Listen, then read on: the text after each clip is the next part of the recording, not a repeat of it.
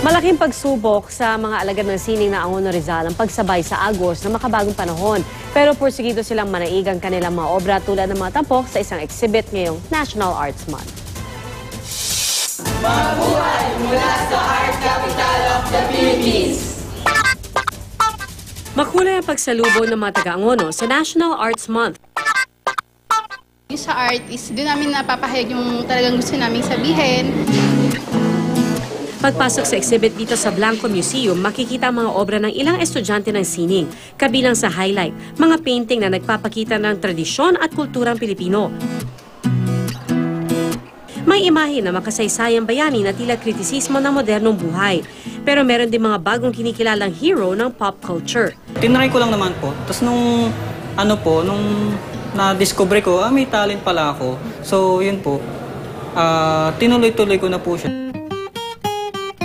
Ibinida rin ang modernong sining na sumibol dahil sa teknolohiya at sining na napapanood at naririnig. Ingatan at pahalagahan ng lubos.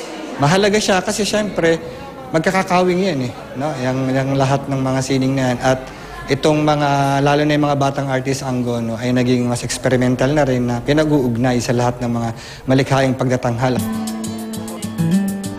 Hamon sa mga taga-Angono na panatilihing buhay ang sining.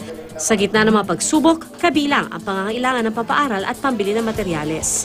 Diskarte po talaga kailangan po. Yun.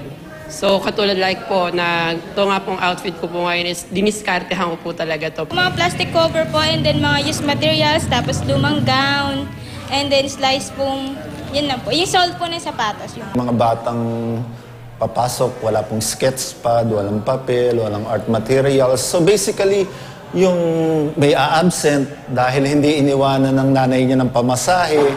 So, ganun po mga bagay, makikita nyo, yung to pursue being an artist is struggle by itself. Nag-aaral pa lang pero simula na ang pagiging sundalo nila ng sining na unti-unting malilinang sa bawat hamong kailangan nilang lagpasan.